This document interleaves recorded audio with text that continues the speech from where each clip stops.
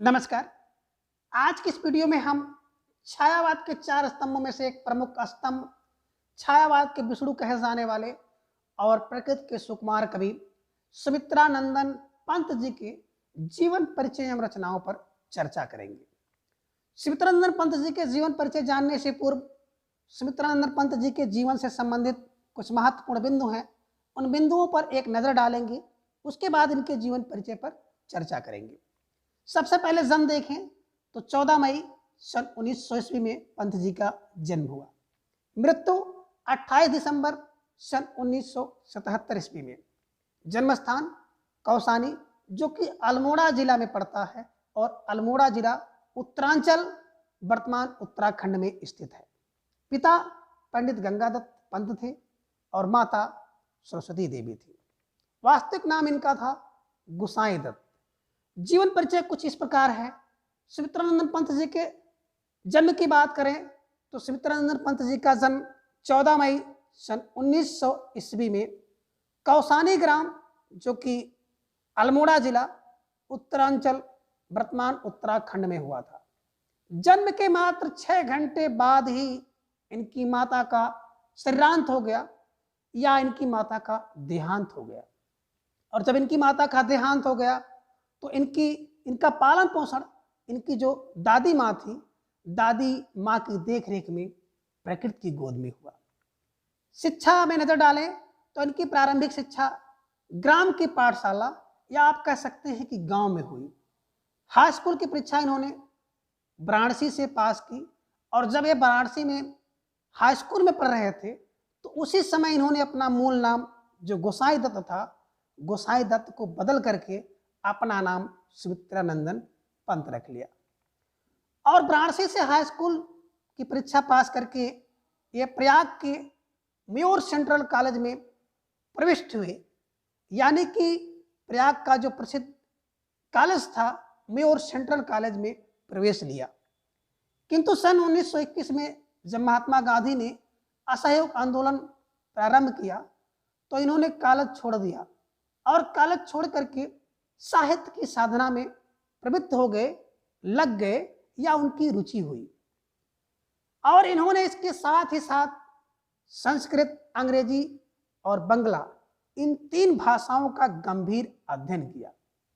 इतना ही नहीं, आगे इन्होंने उपनिषद, दर्शन और आध्यात्मिक साहित्य में भी इनकी रुचि थी, और इस रुचि से संगीत से भी इन्हें बड़ा प्रेम था। और संगीत से अधिक प्रेम होने के कारण सन 1950 ईस्वी में पंत जी को ऑल इंडिया रेडियो ने परामर्शदाता के पद पर नियुक्ति दिया, और सन 1957 तक जाते जाते प्रत्यक्ष रूप से इन्हें रेडियो से संबद्ध कर दिया गया।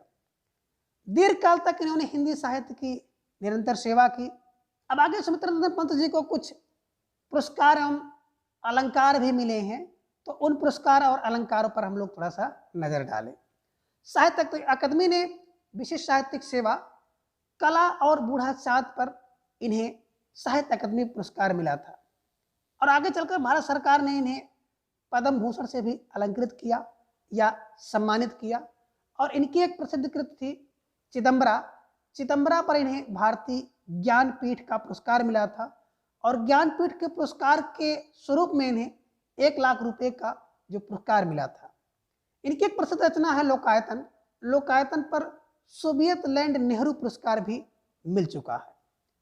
सरस्वती के इस पुजारी ने 28 दिसंबर सन 1977 ईस्वी को इस भौतिक संसार से सदैव के लिए विदा ले ली, अर्थात इलाहाबाद में 28 दिसंबर सन 1977 ईस्वी को सुमित्रानंदन पंत जी की मृत्यु हो गई। अब इनकी रचनाएं देखें। बीड़ा, ग्रंथ, पल्लव। पल्लव की बात करें तो पल्लव को छायावाद का घोषणा पत्र कहा जाता है। पल्लवनी एक इनकी रचना है। अतिमा, गुंजन, युगांत, युगवाणी और ग्राम्या इनकी रचनाएं हैं। स्वर्ण किरण और स्वर्ण धूल इनकी 2 रचनाएं हैं जो कि श्री अरविंद दर्शन से प्रभावित हैं। उत्तरा, कला और बूढ़ा चाँद एक बड़ी प्रसिद्ध रचना है।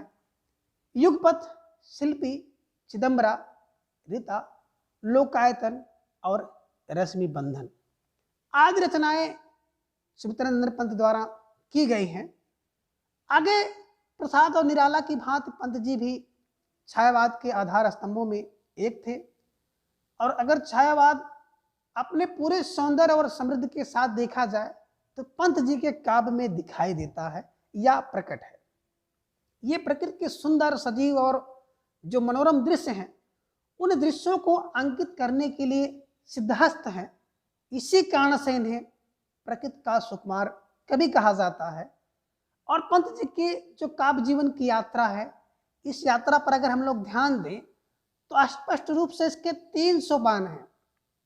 पहला है, जो इनकी रचनाएं हैं वो छायावादी काव्य रचनाएं देखने को मिलती हैं। दूसरे प्रकार की जो रचनाएं हैं वो प्रगतिवादी काव्य से प्रेरित हैं। और जो तीसरी प्रकार की इनकी रचनाएं हैं, जिसमें श्री अरविंद दर्शन से प्रभावित होने के बाद जो रचनाएं लिखी गई हैं, जिन पे अंतश्चेतनावादी हैं, आध्यात्मिक कविताएं हैं, जहां ये मानवतावाद के सच्चे समर्थक के रूप में प्रकट हुए हैं या दिखाई देते हैं। पंत जी के काव्य में मानवता के प्रति सहज आस्था थी। इसी कारण से ये नवीन, सुंदर, सुखी समाज की शिष्ट के प्रति बड़े आशावान थे। विश्व बंधुत्व और भ्रातृत्व के प्रति यह आशावादी स्तर ही इनके काव्य को उदात्त बनाता है। पंत जी जब 7 वर्ष के ही थे तभी से इन्होंने कविताओं का रचना करना शुरू कर दिया था। अर्थात 7 वर्ष की अल्प आयु से ही कविता की रचना करने लगे थे। और इनकी प्रथम रचना की बात करें तो सन 1916 ईस्वी में इनकी जो प्रथम रचना है गिरजे का घंटा, ये सबके सामने आ गई थी।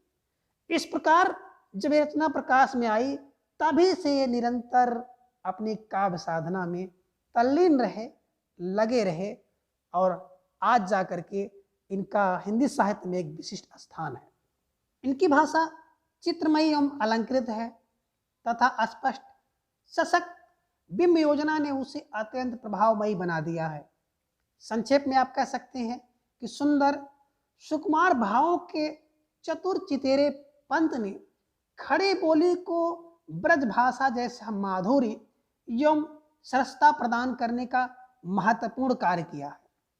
पंत एक गंभीर विचारक, उत्कृष्ट कवि और मानवता के सहज आस्थावान कुशल शिल्पी थे, जिन्होंने नवीन सृष्टि के अभ्युदय की कल्पना की।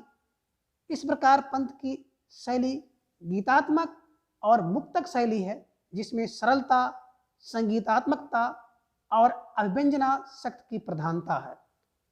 तो आज की इस वीडियो में हम लोगों ने सुमित्रानंद पंत जी के जीवन परिचय, उनकी रचनाएं और उनके जीवन से संबंधित कुछ महत्वपूर्ण पहलुओं पर चर्चा किया।